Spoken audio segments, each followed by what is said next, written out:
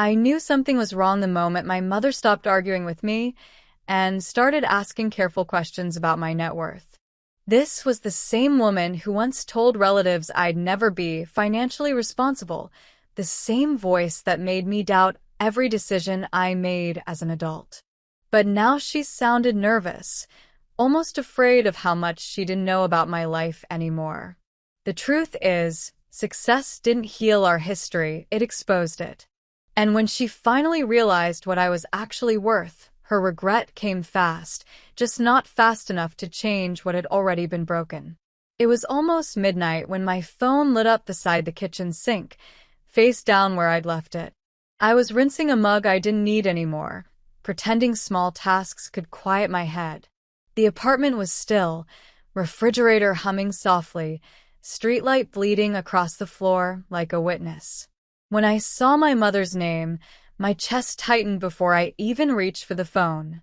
She never called this late unless something had gone wrong or someone needed rescuing.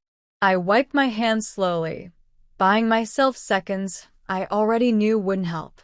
"Hello," I said, steady on purpose, like steadiness could keep old wounds closed. She didn't start with a complaint, and that silence felt louder than any accusation. "Hi," she said, careful and small, as if she was speaking to a stranger. My mother was never careful with me, not when certainty came so easily to her. "Is everything okay?" I asked, already bracing for news that would rearrange the night. There was a pause long enough for me to hear her breathing change on the line. "I needed to ask you something," she said, slow, rehearsed, almost afraid of the words. I leaned against the counter and watched the streetlight flicker, waiting for the impact. "What is it?" I asked, keeping my tone neutral, keeping myself protected. She cleared her throat, the way she used to before difficult conversations. "Is it true," she asked, "what people are saying about your money?" The question landed sharp and cold, cutting through the quiet like a dropped plate. My fingers tightened around the phone, and I stared at the wall without blinking. "They," I said, and the edge in my voice surprised even me. She hesitated, and that hesitation told me this conversation wasn't accidental. "I ran into Linda at the pharmacy," she said, lowering her voice. Linda didn't run into people. She collected stories and passed them along, gently sharpened. My stomach twisted with that old feeling of being discussed without ever being consulted. "What did Linda say?" I asked, because questions give you time to breathe. "She said you're doing very well," my mother replied, voice unsteady now. "She said you're worth a lot," she added, like the phrase embarrassed her. I stared at the water circling the drain, letting seconds stretch into something manageable. I never shared numbers with my family, not after years of sideways comments.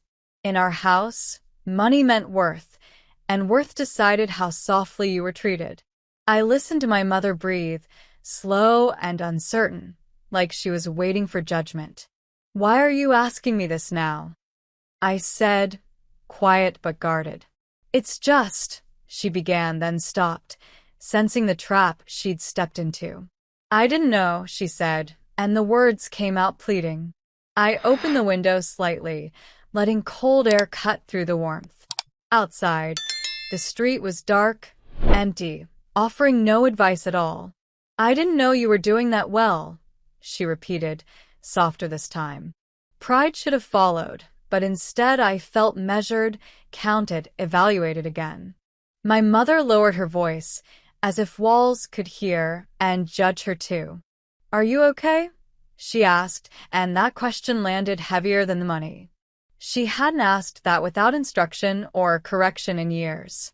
Tonight it sounded like she feared she'd already lost something important. "I'm fine," I said, because fine is what you say when truth costs too much. She went quiet again, and I could feel her rearranging memories in her mind. Then she said my name the old way, before disappointment lived there. "I'm proud of you," she said, and my throat tightened without permission. The words should have warmed me, but they arrived carrying conditions. I stared at the ceiling, anger and longing colliding in uncomfortable silence. Part of me wanted to accept them, finally rest from proving myself. Another part wanted to laugh, because pride shouldn't wait for a balance sheet. "You don't have to say that," I told her, gentler than planned. "Yes, I do," she insisted, her voice strained, unfamiliar, close to breaking. "I should have said it a long time ago," she added quietly. My chest tightened, and I breathed slowly, fighting the pull of old habits. I hated how my body still responded to her like I was 14 again. "What happened?" I asked, because softness like this always had a reason. She sniffed, and the sound made my eyes burn despite myself. "I've been thinking," she said, "about how I treated you." I stayed silent, afraid one wrong word would undo this fragile moment. "I didn't realize what you were carrying," she continued, voice unsteady. "Carrying," she said, like my life had been a quiet burden she missed. I looked at my hands, soap bubbles clinging to my skin like evidence. "I'm tired," I admitted, because it was the safest truth available. "I know," she whispered, and that whisper felt heavier than any argument. We stayed there, listening to the space between past and present. After a moment, she asked if we could really talk tomorrow, just us. I checked the clock, feeling my pulse quicken with something like dread. "About what?" I asked, even though my body already knew. "About everything," she said, and the word carried a lifetime behind it. I used to believe my mother understood me better than anyone else, especially during the early uncertain years. Back then I still called her after every decision, hoping her approval would quiet the doubts inside me. She rarely raised her voice, but disappointment lived quietly between her pauses and carefully chosen words. When I left a stable job to try something unpredictable, she called it a phase that would pass soon enough. At family dinners, she would smile politely, then ask when I planned to choose something more responsible. My siblings talked about promotions and mortgages, while I explained ideas that sounded fragile in comparison. I laughed along with their jokes, pretending the tightness in my chest was only temporary discomfort. The first time she questioned my judgment in front of relatives, I felt something inside me shift slightly. It wasn't anger yet, just a quiet awareness that I stood alone in rooms that once felt safe. She didn't think she was being harsh. She believed honesty meant preparing me for disappointment early. Whenever I tried to explain my vision, she responded with stories of people who had failed before me. Her concern felt heavy, like a blanket that never quite let me breathe on my own. I began to notice how conversations changed when my siblings spoke compared to when I did. Their risks sounded brave to her, but mine sounded reckless, almost embarrassing to acknowledge publicly. I told myself she was protecting me, though a deeper part knew protection can sometimes look like doubt. One evening she asked if I had considered moving back home until I figured things out properly. The suggestion wasn't cruel, but it landed like proof she didn't believe I could stand independently. I smiled and changed the subject, hiding how much that single sentence stayed with me afterward. After that night, I started sharing less, editing my life into smaller pieces she could tolerate hearing. Our phone calls grew shorter, filled with safe topics that avoided the truth about my daily struggles. I learned to celebrate small wins alone, saving my excitement for friends who didn't need explanations first. At family gatherings, she would introduce me gently, always adding a cautious explanation about my experiment phase. I laughed politely while my stomach twisted, wondering how long a phase was allowed to last. There was one Thanksgiving where she compared me to a cousin who had just bought a large house. She didn't mean to hurt me, but the comparison lingered longer than any compliment she ever offered. Driving home that night, I promised myself I would stop measuring my progress against her expectations. That promise didn't erase the longing for approval, but it gave me something solid to hold on to. I began working longer hours quietly, pouring energy into plans no one else believed were real. Some nights I sat at the kitchen table calculating numbers that barely added up to stability yet. Fear followed me everywhere, but it felt cleaner than the shame of being underestimated constantly. My mother kept asking gentle questions that carried the same message beneath their softness. Be realistic. Eventually, I stopped correcting her assumptions because defending myself felt more exhausting than staying silent. She once said she worried I would regret wasting my potential on something uncertain and temporary. I nodded even though my definition of potential had grown far beyond what she imagined for me. That was the season when I realized love doesn't always mean understanding, even inside families. We still spoke every week, but the warmth between us felt thinner, stretched by unspoken disagreement. I noticed how she sounded relieved whenever I mentioned backup plans instead of bold new ideas. Her relief made me feel smaller, like success needed permission before it could exist publicly. One afternoon, she visited unexpectedly and saw stacks of papers covering my small dining table. She flipped through them silently, then asked if I had considered giving up before things got worse. The question wasn't cruel, but it echoed in my head long after she left that day. I cried quietly that evening, not because of failure, but because she couldn't see my effort clearly. After that, I stopped inviting her into unfinished parts of my life, choosing privacy instead of persuasion. Friends began to notice how carefully I described my family, always protecting her image despite everything. I didn't want people to think she was unsupportive, even when I felt deeply alone around her. Over time, the distance between us grew slowly, disguised as maturity and independence rather than conflict. She still sent birthday cards and called on holidays, but conversations avoided anything emotionally complicated. I built routines that didn't require her approval, learning how to trust my instincts quietly. There were nights when I almost called her to share breakthroughs, then decided silence felt safer. The hardest part wasn't her doubt. It was realizing I no longer expected encouragement from her voice. One Christmas, she told me she admired my persistence, though her tone suggested concern rather than pride. I thanked her anyway, because small gestures felt precious when genuine affirmation remained rare. Looking back now, I can see she never meant to push me away completely. She believed she was guiding me toward stability, even as I felt pushed toward invisibility. That difference in perspective created a space between us neither of us knew how to cross.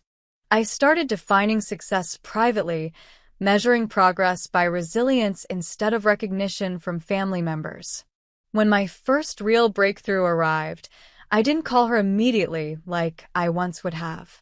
I sat alone with the news, feeling equal parts relief and sadness that she wasn't part of it. That moment marked the quiet turning point where independence stopped feeling temporary and started feeling permanent. I realized I had learned how to stand without waiting for approval, even if it hurt deeply. Her doubts shaped me more than encouragement ever could, though I never admitted that aloud. And somewhere along the way, I stopped trying to prove her wrong and focused on proving myself right. The quietest seasons of my life were also the ones where everything slowly began to change inside me. I stopped announcing my goals out loud and started working in ways that didn't need anyone's approval anymore.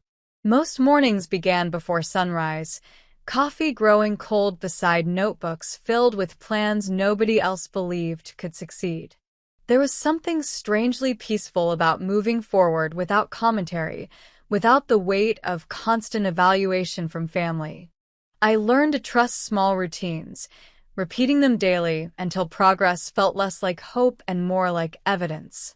Money didn't arrive dramatically at first. It crept in slowly, almost shy, barely noticeable from the outside. I kept my expenses simple, avoiding anything that looked like success, because attention still made me uncomfortable.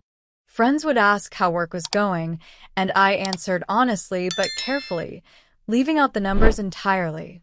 Every decision felt heavier because I knew failure would confirm everything my mother had once feared for me.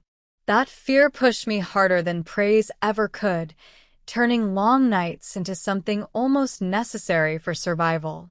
Sometimes I sat alone after midnight reviewing spreadsheets, wondering if silence had become my strongest form of protection.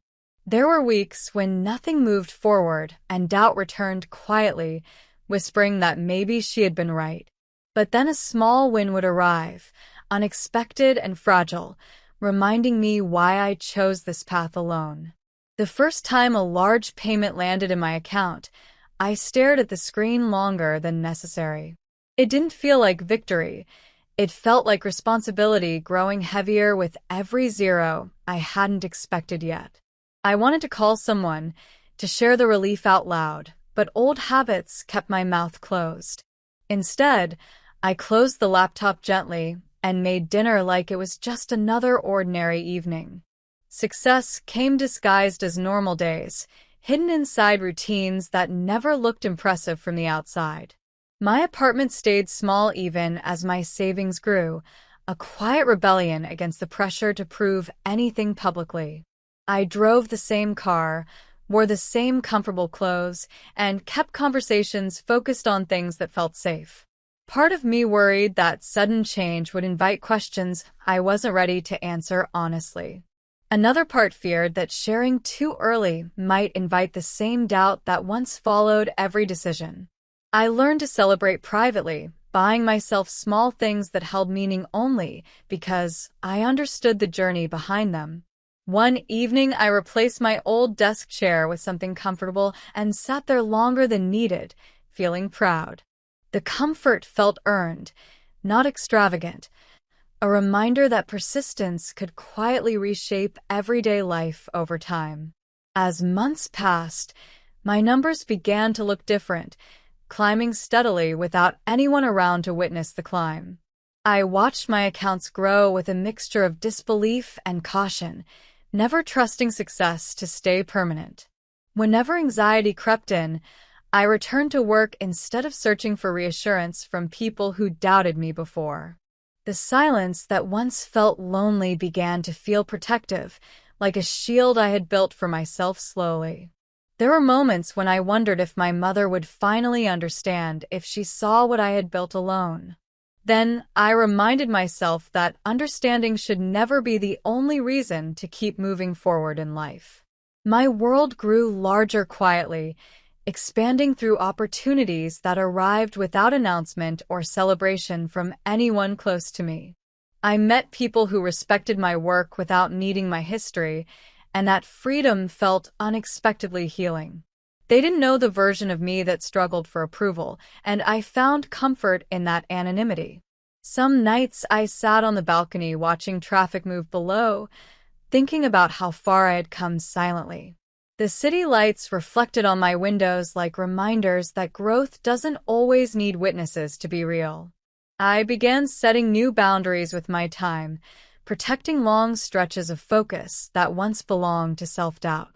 Those boundaries felt uncomfortable at first, but eventually they became proof that my life belonged to me now. Every milestone arrived quietly, wrapped in practicality instead of celebration, and I accepted that rhythm without resistance. There was no dramatic moment where everything changed, only steady progress that reshaped how I saw myself each day. I stopped waiting for permission to feel proud, though pride still felt unfamiliar in my chest sometimes. My bank account became a reflection of discipline rather than validation, something deeply personal that didn't need discussion. When relatives asked casual questions about work, I gave gentle answers that revealed nothing about real progress. I wasn't hiding success out of shame. I was protecting something that finally felt stable enough to grow. The turning point came quietly one afternoon when I realized I no longer feared unexpected expenses or uncertainty. That realization didn't make me feel powerful. It made me feel calm in a way I'd never experienced before. For the first time, I understood what security felt like without needing anyone else to confirm its existence. I closed my laptop that evening and sat in silence, letting the calm settle into my bones slowly. I thought about the years when I felt invisible and how invisibility had given me room to build freely. Somewhere along the way, success stopped being about proving something and started becoming about protecting my peace instead. I didn't know then that this quiet chapter would eventually reach my mother in ways I couldn't control. All I knew was that I had built something real, something strong enough to exist without constant explanation. Family gatherings always looked warm from the outside, but inside I felt like a guest watching familiar strangers. The conversations flowed easily around promotions, new houses, and vacations planned months ahead without hesitation or fear. I sat at the edge of the dining table, smiling politely while my siblings described milestones everyone seemed to celebrate loudly. Whenever attention turned toward me, the room shifted slightly, as if people expected an explanation rather than a story. My mother would introduce me with a gentle smile, her voice soft but cautious about what she revealed. "She's still figuring things out," she'd say, as if I were standing beside her instead of across from her. I laughed along because correcting her in front of relatives felt more exhausting than letting assumptions settle quietly. There was always an undercurrent I couldn't name, something between concern and quiet embarrassment that followed me around. My aunt once asked if I felt stressed without a traditional job, her tone warm but undeniably curious. Before I could answer, my mother stepped in, explaining my creative phase, like it needed translation for everyone listening. The room nodded politely, but I felt smaller with every word that turned my life into a temporary experiment. I began noticing how quickly conversations moved away from me, returning to topics that felt safer and more familiar.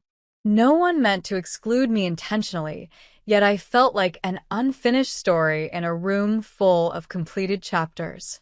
After dessert, my brother pulled me aside and asked quietly if I needed financial help without making a big deal. I thanked him and declined, though the offer made me wonder what stories had been shared about my struggles privately. My mother watched us from across the room, her expression unreadable, caught between worry and something I couldn't recognize yet. That night driving home, I replayed every comment in my head, searching for meaning I couldn't fully explain. I realized that even when no one said anything directly cruel, the weight of assumptions lingered long after the laughter faded. The next few gatherings felt similar, filled with polite conversations that never touched the reality of my daily life. I learned to listen more than speak, absorbing details about relatives who felt distant despite years of shared history. My cousins discussed investments openly, comparing strategies like friendly competitions that made success sound effortless and expected. I nodded along, knowing my own progress remained invisible beneath layers of silence I had chosen deliberately. One evening, my mother asked me privately why I stayed so quiet during family dinners instead of engaging more. I shrugged and told her I preferred listening, though the truth felt heavier than I wanted to explain out loud. She looked at me carefully, searching my face like she sensed something shifting beyond her understanding. "I just want you to feel comfortable here," she said, her voice softer than usual, almost apologetic without saying the words. I smiled and told her I was fine, because honesty sometimes risks reopening wounds that never fully healed. Over time, I began noticing subtle differences in how people reacted to my presence compared to before. Some relatives stopped offering advice as often, replacing concern with curiosity that felt new and slightly unsettling. My sister once asked if I was working with someone successful because she had heard rumors from mutual acquaintances. I brushed it off gently, not ready to reveal how much my world had changed quietly behind the scenes. There were moments when I almost wanted to speak openly, to share the truth and watch their expressions change. But another part of me feared that sudden revelation would shift our relationships in ways I couldn't predict or control. I preferred the calm of anonymity, even when it meant standing outside conversations that once felt personal and safe. One Thanksgiving afternoon, I noticed my mother watching me more closely than usual, studying my reactions instead of leading discussions. She asked fewer questions about my career and more about how I felt, which felt unfamiliar and strangely comforting. I wondered if she sensed the distance growing between us, even if she didn't understand its origin completely. During dessert, a cousin mentioned hearing that I was doing better lately, though details remained vague and unconfirmed. The room went quiet for a moment, and I felt every pair of eyes shift toward me cautiously. My mother's expression changed slightly, curiosity mixing with something deeper that she tried to hide behind a polite smile. I gave a neutral answer and redirected the conversation, unwilling to turn the evening into a revelation scene. Still, I could feel tension lingering afterward, like a question everyone wanted answered but no one dared to ask directly. Driving home that night, I sensed something had shifted subtly within the family dynamic without anyone acknowledging it openly. The silence between my mother and me during that drive felt heavier, filled with unspoken thoughts waiting for the right moment. She finally asked if I was happy with where my life was heading, her tone careful but sincere. I told her happiness looked different now, though I wasn't sure she understood what that meant for me. She nodded slowly, as if trying to connect pieces of a puzzle she had never fully seen before. I realized then that our relationship was changing quietly, shaped by things neither of us had said yet. The turning point came when I noticed her listening instead of correcting, watching instead of guiding every conversation. For the first time, it felt like she wasn't entirely sure who I had become, and that uncertainty softened her voice. I sensed that something unseen was moving beneath the surface, preparing both of us for a conversation that hadn't happened yet. The discovery didn't happen in a dramatic way, at least not from my perspective at the beginning. I was sitting at my desk one afternoon reviewing numbers when my phone buzzed with 3 missed calls from home.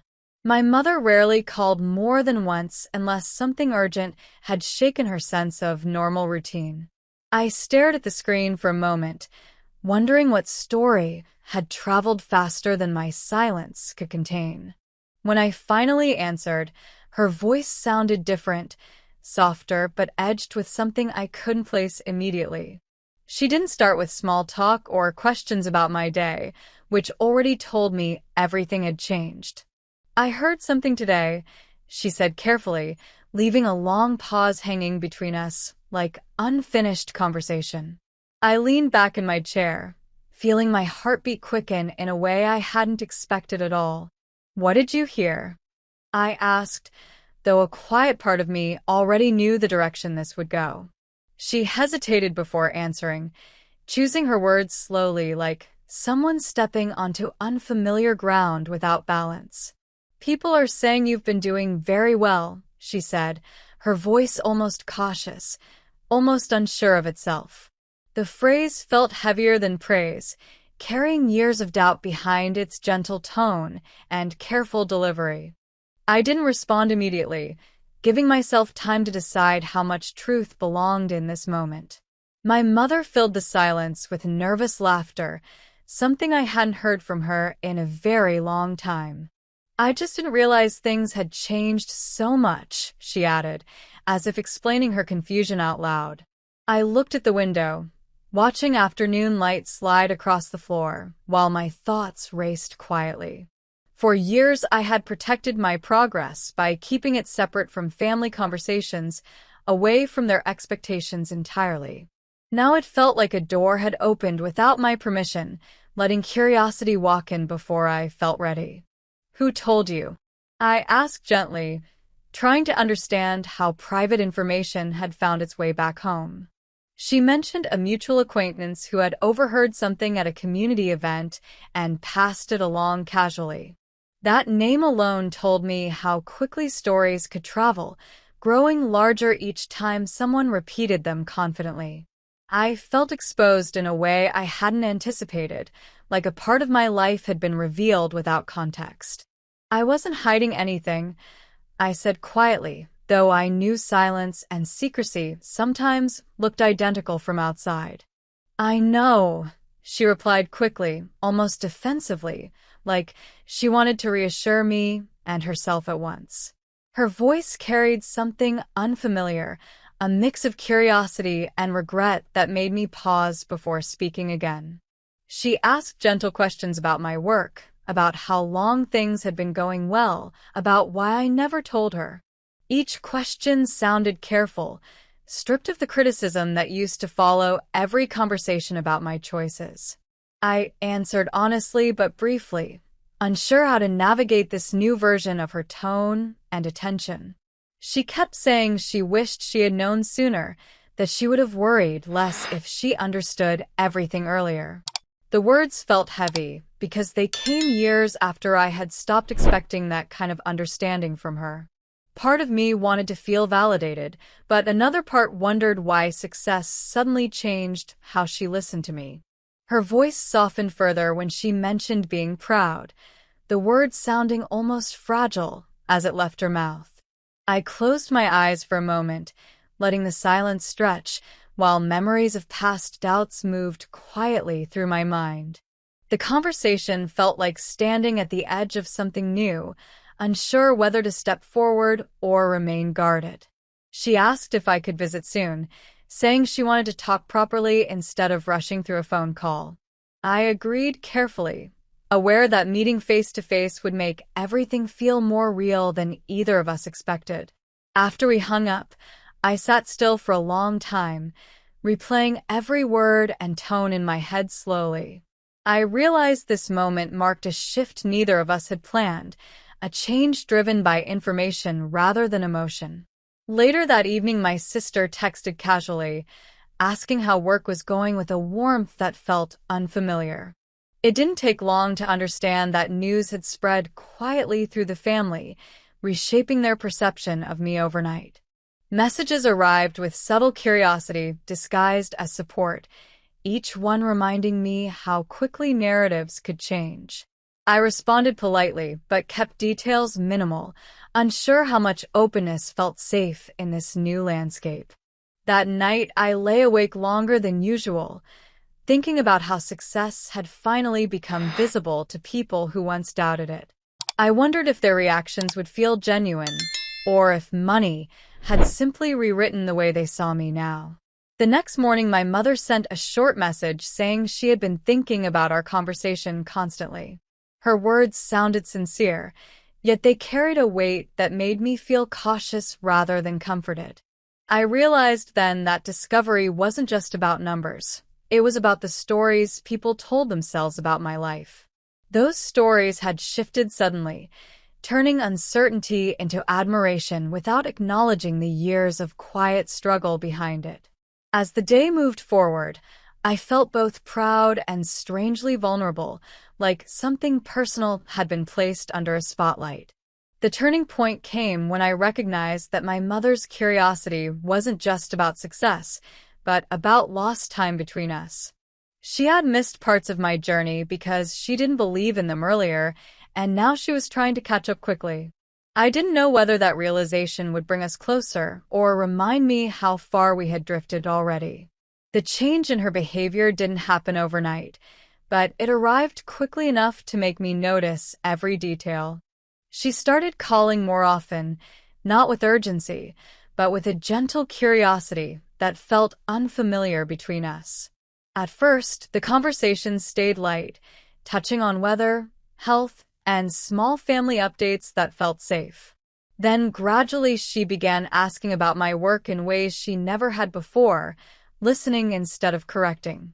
The first time she asked how I felt about a recent decision, I paused longer than necessary before answering honestly. Her voice sounded softer, careful, like She was afraid of stepping into old patterns that once caused distance between us. I noticed how she let silence exist without rushing to fill it with advice or quiet warnings. That silence felt heavier than any lecture she had ever given me in the past. One afternoon, she called while I was walking through the grocery store, her tone unusually warm and patient. She asked if I was eating well, if I was sleeping enough, if I ever felt overwhelmed by everything alone.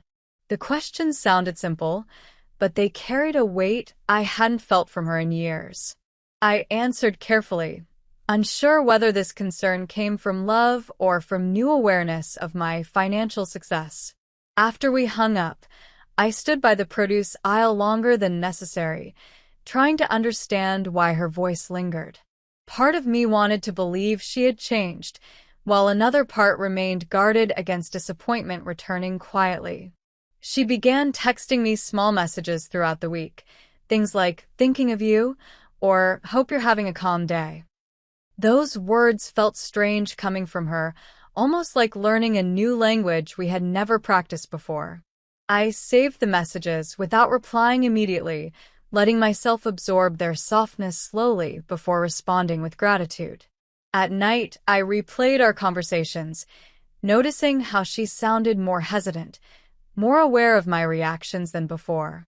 It was as if she had realized the balance between us had shifted, though neither of us spoke about it directly. During one call, she asked if I ever felt lonely living independently for so long without constant family presence. The question caught me off guard because loneliness had once been dismissed as a temporary phase I would outgrow. I told her honestly that independence had been both freeing and difficult, though I rarely talked about the harder parts. She listened quietly, offering no advice, which somehow felt more comforting than reassurance ever had before. I could hear regret hiding beneath her words, like she was revisiting old memories from a different perspective now.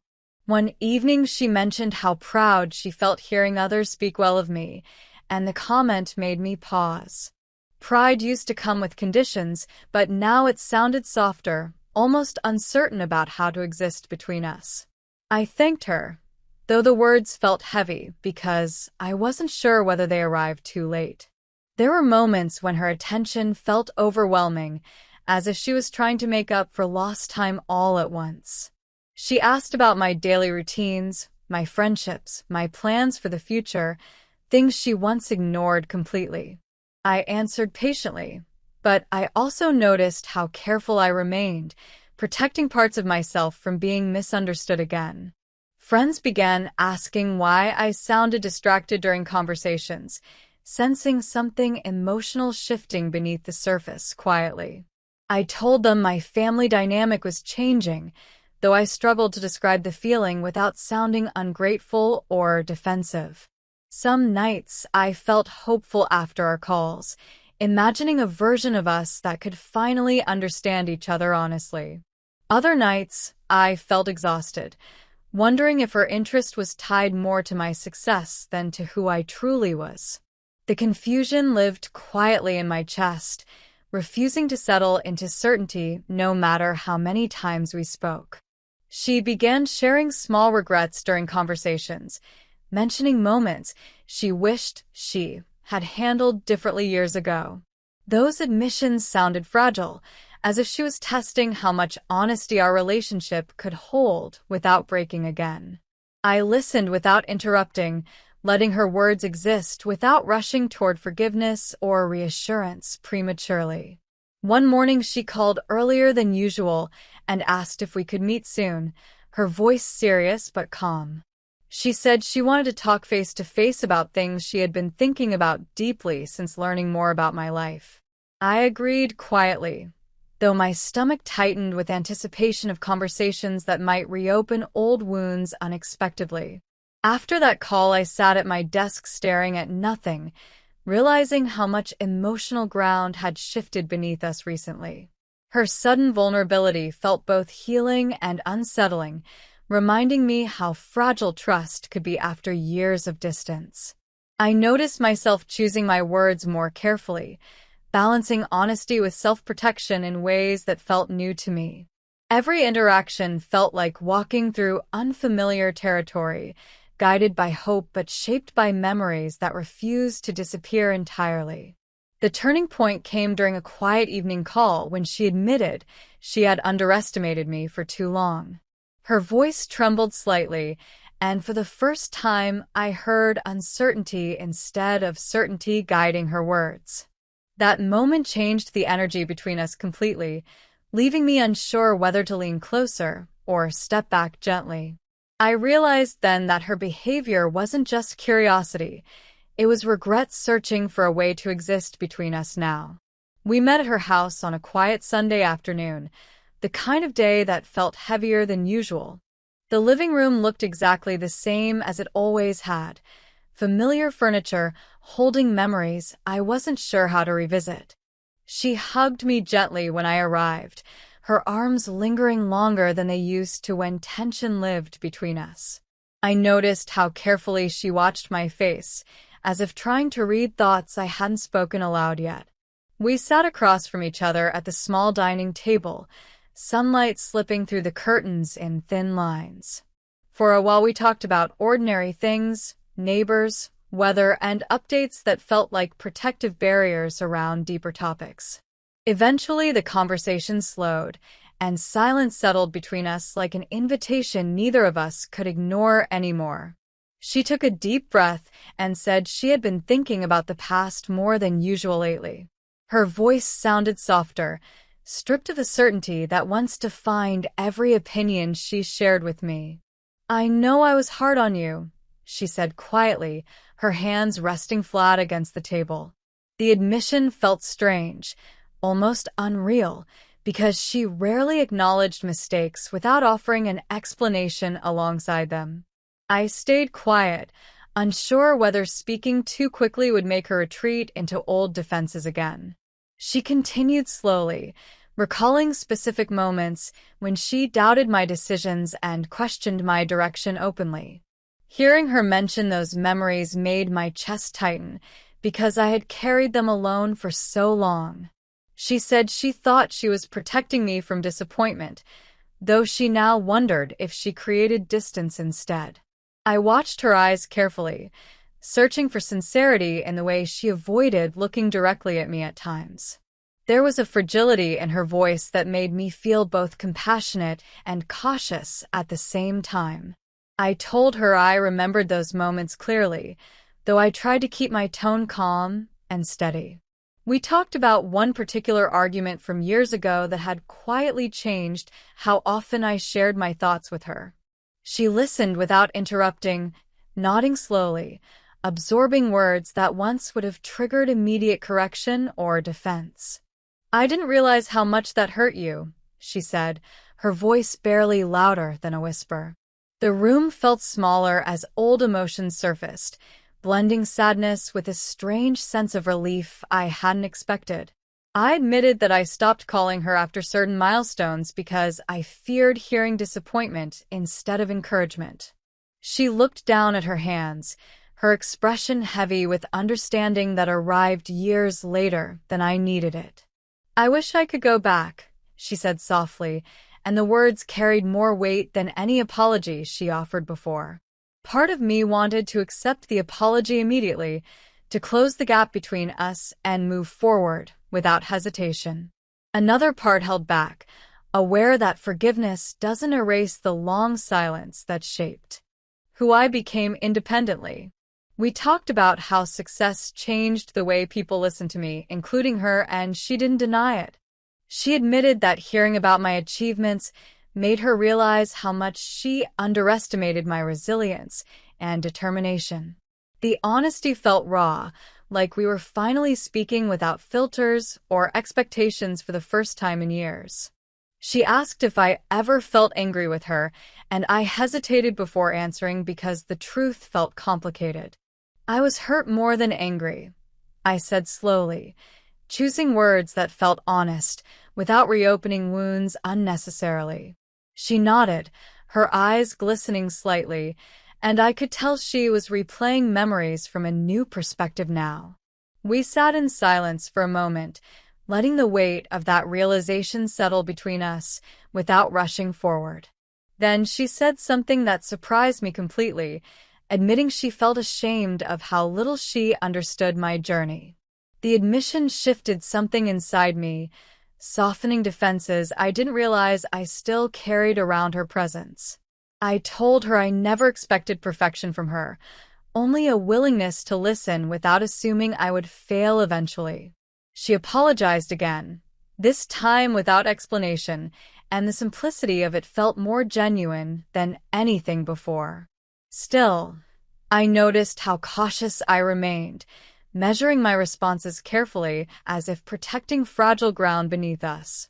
We talked about boundaries next, something we had never discussed openly when I was younger and more eager to please. I explained how independence helped me grow, but also how it created emotional distance I wasn't sure how to bridge now. She listened quietly, occasionally asking questions that showed she was trying to understand rather than fix everything immediately. The conversation stretched longer than expected, moving slowly through memories that once felt too heavy to revisit together. At one point, she reached across the table and squeezed my hand gently, her touch hesitant but sincere. I felt a wave of emotion rise unexpectedly, reminding me how deeply our history lived beneath even small gestures. We didn't solve everything that afternoon, but something shifted quietly in the way we looked at each other afterward. The turning point came when she said she didn't want to define our relationship by money or past mistakes anymore. Her voice carried both hope and uncertainty, leaving me wondering whether change could truly last beyond this conversation. The next family gathering felt different before I even walked through the front door that afternoon. I could sense a quiet shift in the air, like everyone knew something had changed, but no one said it aloud. Laughter echoed from the kitchen, familiar voices blending with the clatter of dishes and low background music. My mother greeted me at the door with a softer smile than usual, her eyes searching my face carefully. She squeezed my shoulder gently, almost like she was reassuring herself that I was really there beside her. I stepped inside slowly, aware of how conversations paused for a split second before resuming their natural rhythm. My sister hugged me longer than normal, asking how work had been going with genuine curiosity in her voice. I answered simply, keeping my words light, though I noticed how everyone listened more closely than before. We gathered around the dining table, plates filling quickly while conversations moved from travel plans to investment talk. Normally, I stayed quiet during these discussions, but today people glanced toward me like I held secret knowledge. My cousin mentioned a business article she read recently and joked that I probably knew more about it than anyone. The comment sounded playful, yet it carried a hint of respect that felt unfamiliar coming from her tone. I laughed it off gently, redirecting attention back to safer topics that didn't revolve around my personal achievements. My mother watched me closely, her expression warm but cautious, as if she was protecting something fragile between us. As dinner continued, small remarks surfaced about my success, always wrapped in humor but filled with curiosity underneath. Someone asked if I planned to move into a bigger place now that things were apparently going so well. I shrugged and said I was comfortable where I was, though the question lingered in the air longer than expected. There was a subtle tension I couldn't ignore, a mix of admiration and distance shaping how people spoke to me now. For years, I had been the uncertain one, the person relatives offered advice to without hesitation or second thought. Now their tone felt different, softer, almost careful, as if they were unsure how to approach me anymore. During dessert, my brother made a joking comment about asking me for financial tips someday, and everyone laughed politely. I smiled along, though the humor felt heavier than it should have, hinting at expectations I never asked for. My mother quickly changed the subject, steering the conversation toward childhood memories that felt safer and less charged. I appreciated the gesture, though it reminded me how fragile this new dynamic still felt between us. Later in the evening, I stepped outside onto the patio for fresh air, needing a moment away from constant attention. The night was quiet, cool enough to make me breathe slower and release tension I didn't realize I carried inside. My aunt joined me after a while, standing beside me silently before asking how I managed everything on my own. Her question sounded sincere rather than critical, and I answered honestly about patience and learning through mistakes. She nodded thoughtfully, saying she admired my persistence more than any financial success people were talking about lately. Her words surprised me because admiration had once been reserved for safer, more traditional paths within the family. We stood there quietly for a moment, watching the lights from neighboring houses flicker softly in the distance. Inside, laughter rose again, and I realized how different I felt standing between past expectations and present reality. When I returned to the living room, I noticed my mother speaking to a relative in hushed tones before looking toward me. She smiled gently, as if reassuring both of us that everything would remain calm and grounded despite shifting attention. The evening moved slowly after that, filled with small conversations that felt warmer but slightly more distant at the same time. People asked about my hobbies, my routines, even my travel plans, showing interest that once felt absent from gatherings. I answered openly but carefully, trying to keep the focus on shared experiences rather than personal achievements. As the night came to an end, my cousin made a comment that lingered long after the room fell quiet. She said it must feel good to finally prove everyone wrong, her tone half joking but undeniably pointed. The words landed heavier than expected, bringing attention to years of doubt I rarely acknowledged publicly. I smiled politely and said success wasn't about proving anything, though my heart raced faster than I showed outwardly. My mother looked at me quickly, her eyes filled with concern, as if she feared the comment might reopen old wounds. I changed the subject again, guiding the conversation back toward lighter memories that everyone could share comfortably together. Driving home later, I replayed the evening in my mind, noticing how respect had replaced pity without anyone admitting it openly. The turning point came when I realized admiration and distance can exist side by side in complicated family relationships. I wondered whether people saw me differently because of who I had become or because of what they believed I had gained. We met at a quiet cafe a few days later, somewhere neutral where neither of us felt completely in control. The morning air felt cool against my skin as I walked in, already sensing the weight of what needed to be said. She was sitting by the window when I arrived, hands wrapped around a cup of coffee she hadn't touched yet. Her eyes softened when she saw me, though there was a nervousness behind her smile I rarely noticed before. I sat across from her slowly, placing my bag beside the chair like a small shield between us. For a moment we talked about ordinary things again, easing into conversation like people learning a new rhythm together. The cafe buzzed quietly around us, voices blending into background noise that made our silence feel less exposed. Eventually, she took a deep breath and looked directly at me, her expression serious but gentle at the same time. "I've been thinking about what you said last week," she began, her voice steady despite the tension beneath it. I nodded, waiting, unsure how much honesty either of us was ready to hold in that moment. She told me she realized she had measured my worth by stability instead of by courage for most of my life. The admission landed softly, but carried years of misunderstanding behind it, making my chest tighten unexpectedly. She continued slowly, explaining that hearing about my success forced her to confront assumptions she never questioned before. "I didn't see how strong you were," she said quietly, her gaze dropping to the table between us. I listened carefully, feeling both validated and unsettled by the sudden openness in her words. Part of me wanted to accept everything immediately, while another part remained cautious after years of emotional distance. She reached across the table, her hand hovering near mine without touching, waiting for permission she once assumed automatically.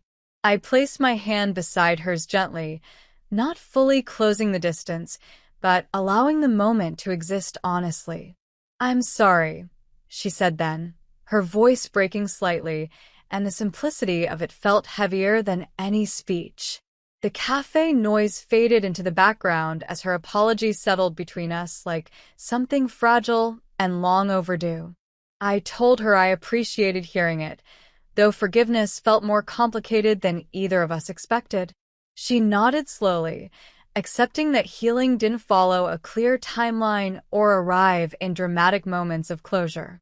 We talked about specific memories, the arguments that shaped how I learned to protect my independence quietly over time. She listened without interrupting, her expression shifting between regret and understanding with every story I shared. I admitted that success didn't erase the loneliness I felt during the years when she doubted my choices constantly. Her eyes filled with tears, and she whispered that she wished she could have been more supportive during those moments. I believed she meant it, yet part of me wondered whether she would have changed if success never arrived publicly. The thoughts stayed unspoken, lingering quietly beneath everything we said aloud that afternoon. She asked if I felt angry with her still, and I paused before answering because the truth felt layered. "I'm learning not to carry anger," I said gently, "but I can't pretend nothing ever hurt." She nodded, accepting my honesty without trying to soften it, which felt new and strangely comforting at the same time. We talked about the future next, about how we could rebuild trust slowly without rushing toward expectations neither of us understood yet. She told me she didn't want our relationship to revolve around money or success, only around genuine connection moving forward. Her words sounded sincere, though I noticed how carefully she chose each one, aware of how fragile this moment felt. I told her I needed time to adjust to this new version of us, where conversations felt softer but still unfamiliar. She smiled sadly, admitting she felt like she was meeting a version of me she should have known years ago. The statement carried both admiration and regret, leaving me unsure whether to feel proud or quietly heartbroken. We sat there for a while without speaking, watching people pass by the cafe window as if life continued around us unaffected. I realized then that our relationship was shifting not because of one apology, but because both of us were finally listening. Before we left, she squeezed my hand gently, her touch steady but respectful, no longer trying to guide or correct me. The turning point came when I recognized that her apology wasn't meant to erase the past, but to acknowledge it honestly. Walking out of the cafe together, I felt lighter and heavier at the same time, unsure what the future would hold. The days after our conversation felt heavier than I expected, like something inside me had shifted without settling. Her apology stayed with me longer than her words themselves, echoing quietly during ordinary moments throughout my routine. I kept replaying the way she said she wished she had understood me sooner, and it stirred complicated emotions. Part of me felt relief that she finally recognized the distance her doubts created between us over the years. Another part felt strangely empty, realizing that acknowledgement came long after I stopped waiting for it desperately. Forgiveness sounded simple when imagined, but living inside it felt slower, heavier, and far more complicated than I anticipated. I walked through my apartment one evening, noticing how every object represented a decision I made without her approval. The silence around me felt peaceful, yet it also reminded me how much I had learned to rely on myself alone. When she called later that night, her voice carried the same softness that had followed our last conversation together. She asked if I was thinking about what we discussed, and I hesitated before answering honestly that I was. There was a pause on the line, filled with words neither of us seemed ready to say out loud yet. "I know I can't change the past," she said quietly, her voice sounding smaller than I ever remembered hearing it. I leaned back against the couch, staring at the ceiling while deciding how honest I could be without causing new pain.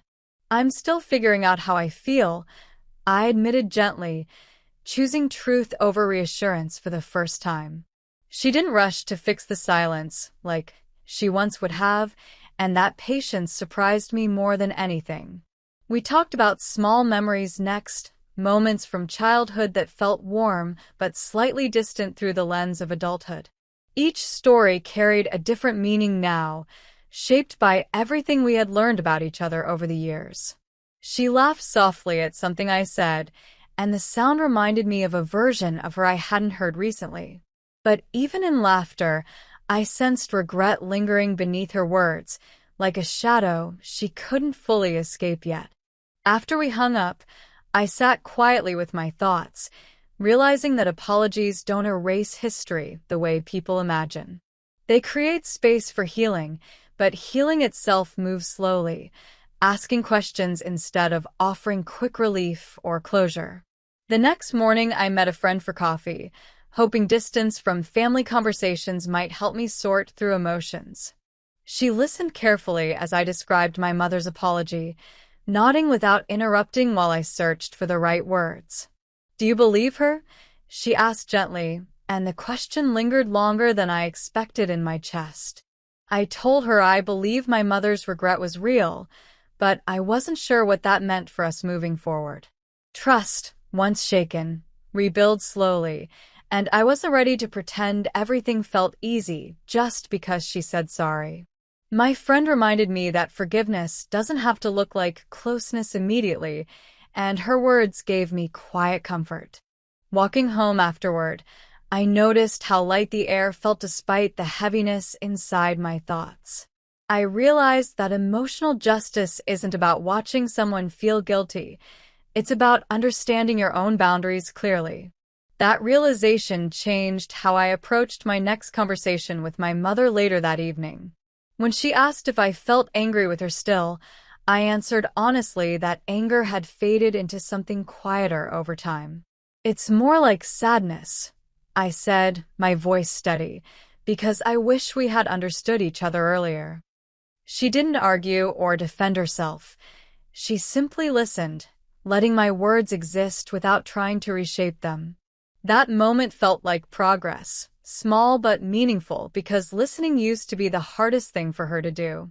We spoke about forgiveness carefully, both of us acknowledging that rebuilding trust required patience rather than promises. She admitted she feared losing me emotionally even if we stayed connected physically through visits and phone calls. Her vulnerability softened something inside me, reminding me that regret affects both sides of a relationship differently. I told her I needed time to let new patterns feel natural instead of forced, and she respected that boundary quietly. After the call ended, I sat by the window watching the streetlights come on one by one outside. The city looked calm, steady, unaffected by the emotional storms unfolding quietly inside my life at that moment. I thought about the younger version of myself, who waited endlessly for validation that never arrived when it mattered most. Now that validation existed, it felt less powerful than I imagined because I had already learned how to stand alone.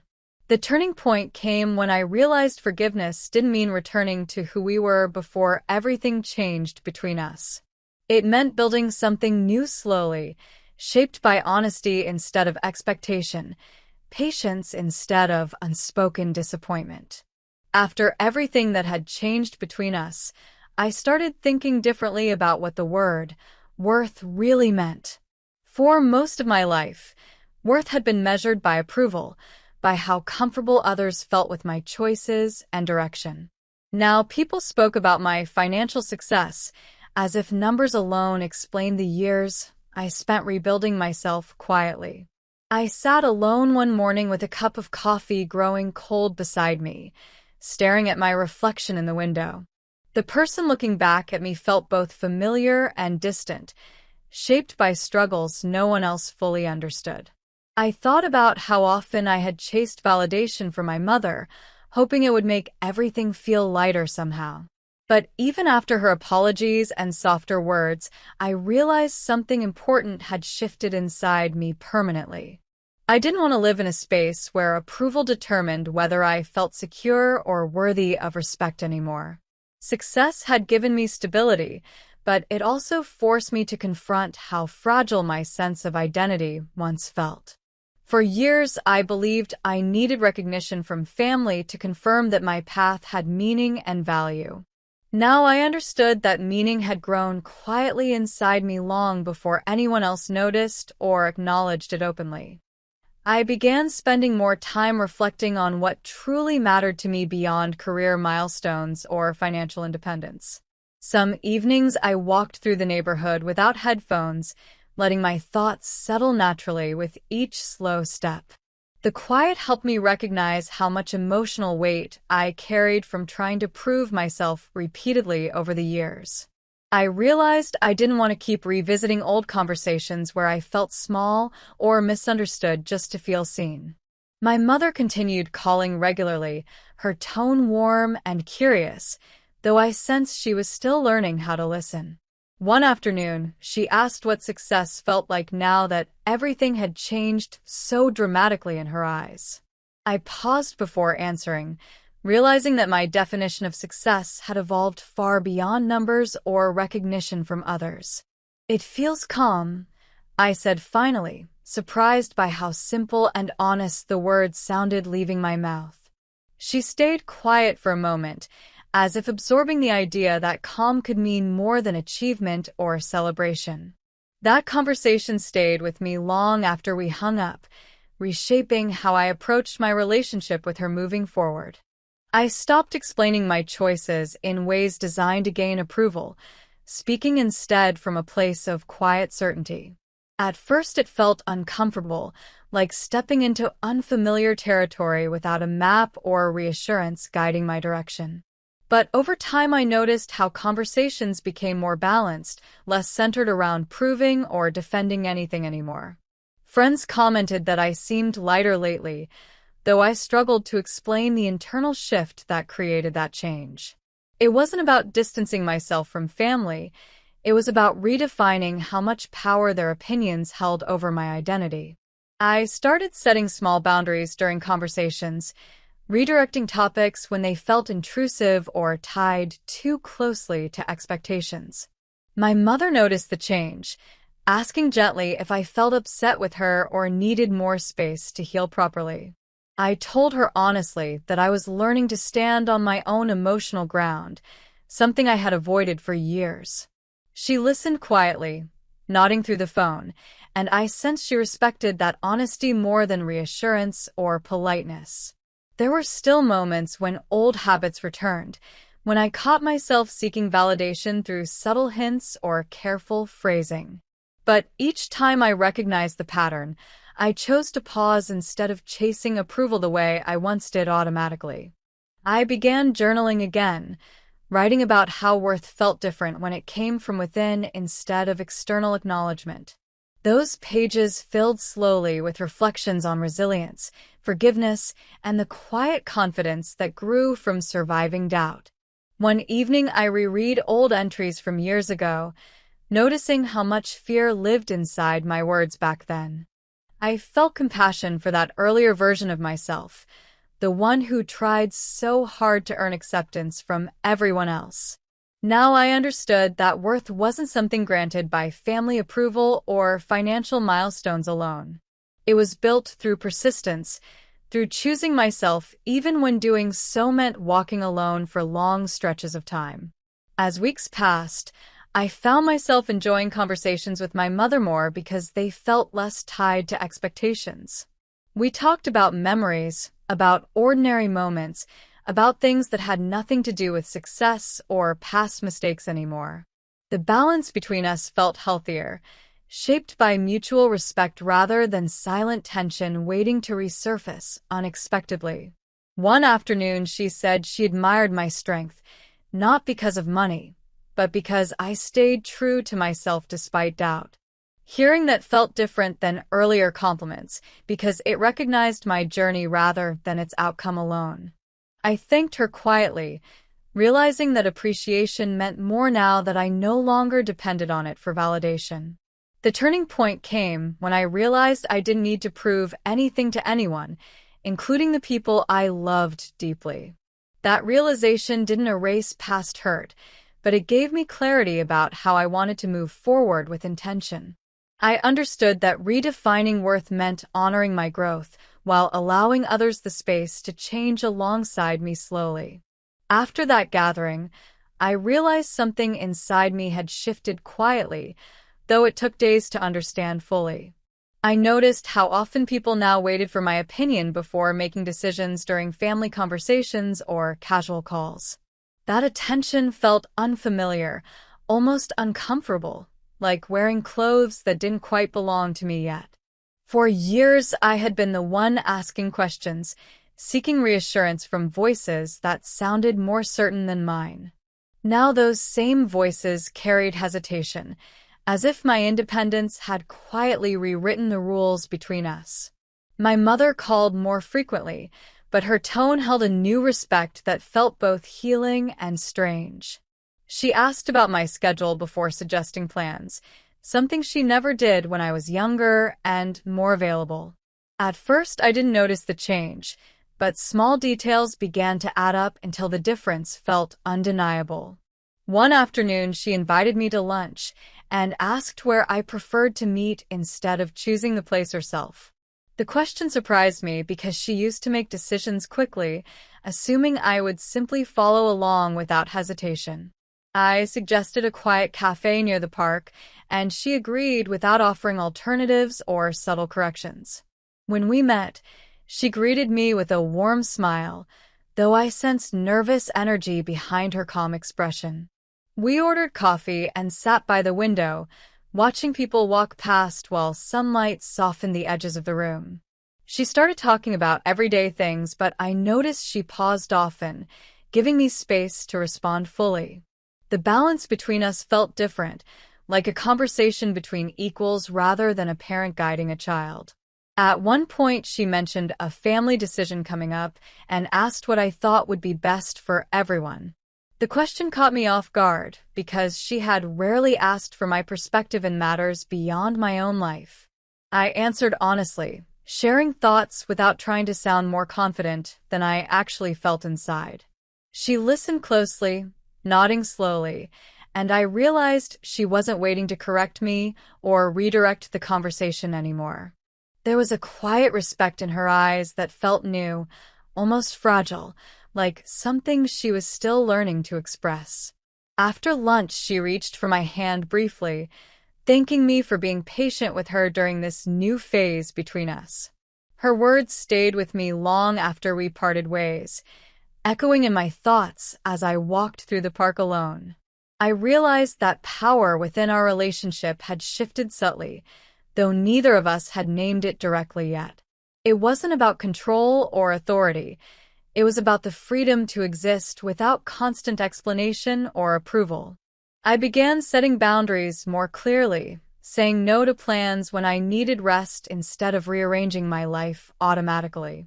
Each boundary felt small but meaningful, reinforcing the independence I had built quietly over the years. My mother didn't resist these changes the way she once might have. Instead, she respected my decisions without argument. That acceptance felt both comforting and bittersweet, reminding me how much time we lost before reaching this understanding. During one phone call, she admitted she sometimes struggled to know where she fit into my life now. Her honesty surprised me, revealing vulnerability that once hid beneath layers of certainty and strong opinions. I told her she still mattered deeply, though our relationship needed to grow in ways that felt healthier for both of us. She nodded through the silence on the line, her breathing slow and thoughtful, as if she was processing new ground carefully. I sensed she was letting go of the role she once held so tightly, allowing space for a different connection to form. There were moments when guilt crept in, whispering that independence might look like distance from the outside. But I reminded myself that growth doesn't erase love. It simply reshapes how love moves between people over time. One evening, she called to share news about a family matter and asked if I wanted to be involved or simply informed. The choice felt empowering, a reminder that my voice mattered without pressure to carry responsibilities I didn't choose.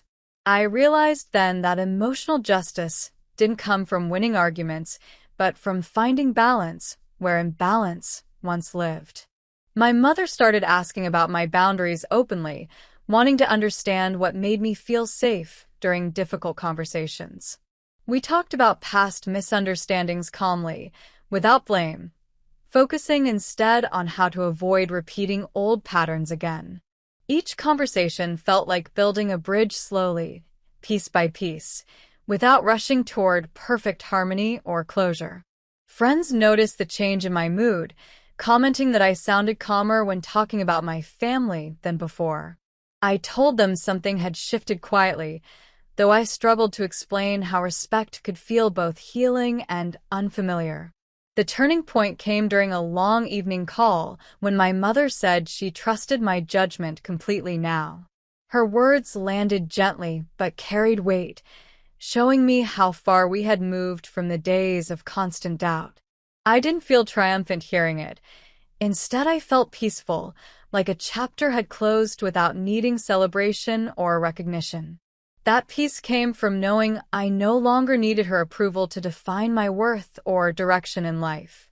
For the first time, our relationship felt balanced, shaped by mutual understanding instead of expectations we never questioned before.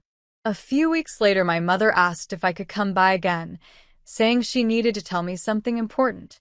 Her voice sounded steady but heavy, like she had been carrying words that finally needed a place to land.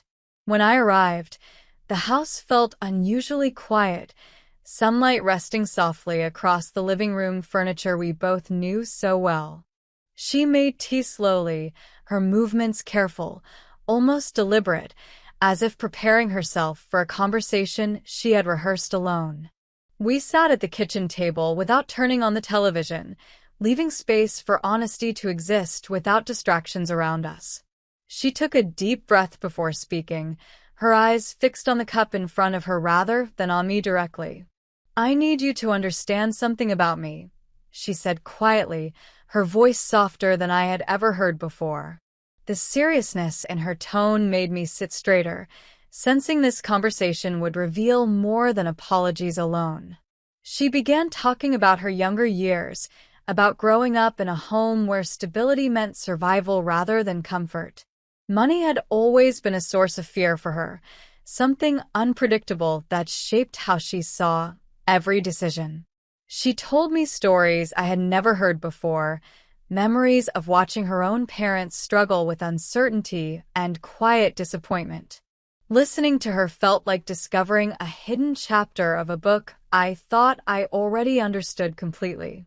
She explained that when I chose an unconventional path, her fear spoke louder than her trust in my ability to succeed. "I wasn't trying to hurt you," she said, her voice breaking slightly as she struggled to continue calmly. "I was trying to protect you from a world that once hurt me deeply," she added, her words heavy with emotion. Hearing that shifted something inside me, though it didn't erase the years when her doubt felt like rejection. I realized her criticism had roots in fear rather than cruelty, even if the impact on me remained painful. She admitted she often compared me to others because comparison felt like a way to measure safety and predict outcomes. The honesty felt raw, revealing vulnerability I had never seen from her when I was younger and more defensive. I listened quietly, letting her words settle without interrupting, sensing how difficult it was for her to expose this side. She looked up finally, meeting my eyes with a mixture of regret and relief that made my chest tighten unexpectedly. "I see you differently now," she said, "not because of money, but because I finally understand your strength." The distinction mattered more than she realized, separating my worth from the numbers people talked about constantly lately. I told her I needed time to process everything, though I appreciated hearing the truth behind her past actions. She nodded slowly, accepting my response without pushing for immediate forgiveness or emotional reassurance from me. We sat there quietly for a while, the air between us lighter, but still filled with memories that refused to disappear completely. She began asking questions about how those years affected me emotionally, showing genuine curiosity instead of quiet judgment. I shared carefully, explaining how I learned to rely on myself because I stopped expecting understanding from anyone else. Her eyes filled with tears as she listened, and I realized she was seeing my journey from a perspective she never had before. She admitted that watching me grow independent without her guidance made her feel both proud and strangely distant from me. The confession felt honest, revealing how regret and admiration could exist together without canceling each other out. I told her independence didn't mean I stopped needing connection, only that I learned how to survive without constant validation. She reached across the table and held my hand gently, her touch steady but cautious, respecting the space between us now. That small gesture carried more meaning than long speeches, showing her willingness to meet me where I was emotionally. We talked about forgiveness next, not as a destination but as a process shaped by time and continued honesty. I explained that understanding her fears helped me see her differently, though healing required patience from both of us moving forward. She agreed without hesitation, acknowledging that rebuilding trust meant listening more than speaking for a while. The conversation felt less like a confrontation and more like an exploration of truths we both avoided for years. She laughed softly at one point, saying she finally realized how strong I had been long before anyone recognized it publicly. Her laughter sounded lighter, free from the tension that once defined our interactions during difficult discussions. As the afternoon faded into evening, I felt a quiet sense of acceptance, replacing the resentment I once carried heavily. The turning point came when I saw her not just as a mother who made mistakes, but as a person shaped by her own history. That realization didn't erase the past, but it softened the way I held those memories inside my heart. When I left that day, she hugged me tightly, whispering that she was grateful I allowed her to grow alongside me now. After that conversation, I noticed something inside me settle in a way it never had before. For years, I carried a quiet tension around my mother, waiting for disappointment to appear without warning or explanation. Now the tension softened slightly, replaced by a cautious sense of calm I wasn't used to feeling around her presence. We didn't suddenly become close in an effortless way, but the distance between us felt less heavy than before. I began thinking carefully about what kind of relationship I truly wanted moving forward, beyond old expectations or guilt. Forgiveness didn't arrive as a dramatic moment. It felt more like choosing peace repeatedly in small, ordinary decisions. I stopped replaying past conversations in my mind, letting memories exist without needing to correct or justify them anymore. One afternoon, I walked through the park alone, realizing how much energy I once spent waiting for her validation.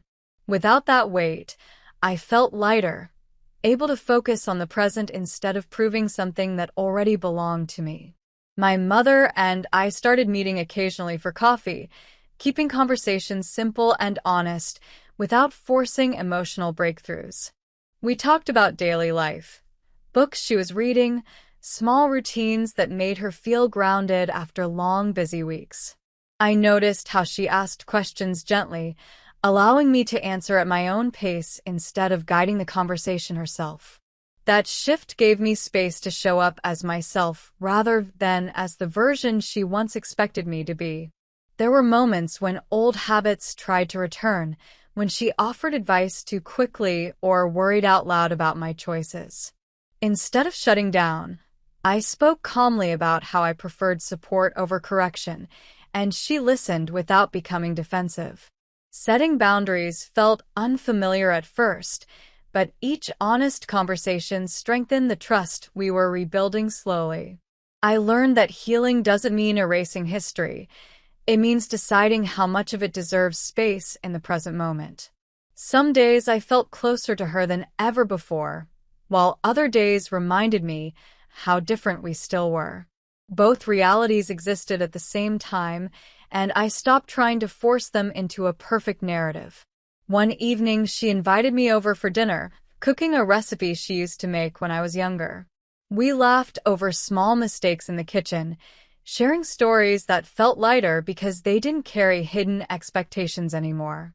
At one point, she apologized again quietly, and I told her we didn't need to revisit that moment every time we met. She nodded, understanding that moving forward meant focusing on connection rather than repeating regrets endlessly between us. I realized peace wasn't about pretending everything was fixed. It was about accepting growth without demanding perfection from either of us.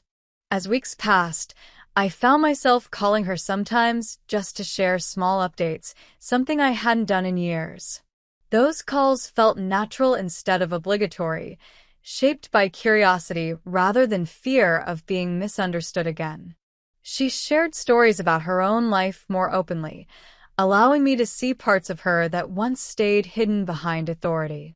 Listening to her felt different now, less like defending my choices and more like understanding her as an individual. We talked about the future gently, acknowledging that our relationship would continue evolving in ways neither of us could predict fully. I told her I didn't need constant praise or approval, only honesty and respect that allowed us to feel equal emotionally. She agreed quietly, saying she felt proud not just of my success, but of the person I had become through hardship. Hearing those words felt grounding instead of overwhelming, as if they belonged to a new chapter rather than a correction of the past. I began noticing how much more relaxed I felt during family gatherings, no longer waiting for subtle criticism or comparison. Relatives treated me differently now, but I focused less on their reactions and more on maintaining my own sense of balance. My worth felt steady inside me, independent from how others perceived my life or achievements externally. The turning point came during a quiet walk with my mother when she said she finally felt like she knew me again. Her words surprised me because I realized I had changed just as much as she had during these years apart. We stopped by a bench overlooking the water, sitting quietly without needing to fill the silence with constant conversation. I felt a gentle warmth between us, not intense or overwhelming, but steady enough to feel real and lasting. In that moment, I understood that choosing peace meant accepting the imperfect beauty of a relationship shaped by time and growth. I didn't need her to rewrite the past anymore. I only needed both of us to keep moving forward honestly together. There was a quiet morning when everything finally felt clear, though nothing around me looked dramatically different. Sunlight moved slowly across the living room floor while I sat with a cup of coffee, thinking about the years behind me. For a long time, I believed my worth depended on how others measure my success or acknowledged my choices publicly. Now I understood that the journey had shaped me in ways numbers alone could never fully explain or represent. My mother called later that day, her voice warm and relaxed, asking about ordinary things instead of heavy conversations. We talked easily about weekend plans and small routines, and I realized how natural our connection felt without old tension. There was no need to prove anything anymore, no invisible scorekeeping hidden beneath casual words or gentle laughter. After we hung up, I sat quietly, noticing how peaceful my thoughts felt compared to the restless energy I once carried constantly. I thought about the years when I worked in silence, building something meaningful without expecting recognition from anyone close to me. Those years taught me resilience, but they also taught me how to define success on my own terms. Money had changed the way people looked at me, but it hadn't changed the core of who I was inside. What truly mattered was the confidence I gained from trusting myself when doubt surrounded me from every direction. I began writing in my journal again, reflecting on the lessons hidden inside moments that once felt painful or isolating. One sentence stayed with me longer than the others. My worth was never something that needed permission to exist. That realization didn't arrive as a loud breakthrough. It felt quiet, steady, and deeply rooted in everything I had experienced. Later that week, I visited my mother again, bringing flowers simply because I wanted to share something beautiful with her. She smiled when she opened the door, her eyes softer than I remembered from years filled with misunderstanding between us. We sat in the kitchen talking about memories, laughing at small details that once felt heavy but now carried gentle humor instead. At one point, she looked at me and said she admired the strength it took to keep going without constant support. Her words felt sincere, but they no longer defined how I saw myself or measured my journey forward. I thanked her quietly, appreciating the sentiment without needing it to complete something inside me anymore. We walked through the garden together, the air cool and calm, reminding me how far we had come emotionally. She admitted she still felt regret sometimes, though she was learning to accept the present instead of living in the past. I told her regret didn't need to disappear completely. It could exist as a reminder of how much we both had grown. That conversation felt lighter than anything we shared before, shaped by understanding rather than unresolved tension between us. On the drive home, I realized that emotional justice didn't feel like victory or revenge. It felt like quiet acceptance instead. I wasn't waiting for anyone to recognize my value anymore because I finally recognized it fully within myself. The world outside continued moving at its own pace, but inside I felt steady in a way I never experienced before. I began noticing small joys more clearly, like cooking dinner without rushing or watching the sunset without checking my phone constantly. Success no longer felt like something fragile I needed to protect from criticism or misunderstanding around me. It felt grounded, rooted in the choices I made when no one else believed in the direction I chose. My relationship with my mother remained imperfect, but it felt honest and balanced in ways that gave both of us room to breathe. We learned to appreciate quiet moments together rather than chasing dramatic emotional breakthroughs that rarely lasted long. Friends sometimes asked how things felt now that everything had changed, and I struggled to describe the simplicity of peace. It wasn't about wealth or recognition. It was about knowing I could stand firmly in my own story without apology. The turning point came one evening when I looked around my home and felt grateful for the life I built slowly. Every object carried a memory of persistence, reminding me that true worth comes from the journey rather than the destination. I realized my mother's regret didn't define the ending of our story. It simply marked a new beginning shaped by understanding. Standing by the window, watching the city lights flicker softly, I felt a quiet sense of closure settle inside me. I understood that my worth had always existed, long before anyone else chose to recognize it or speak it out loud.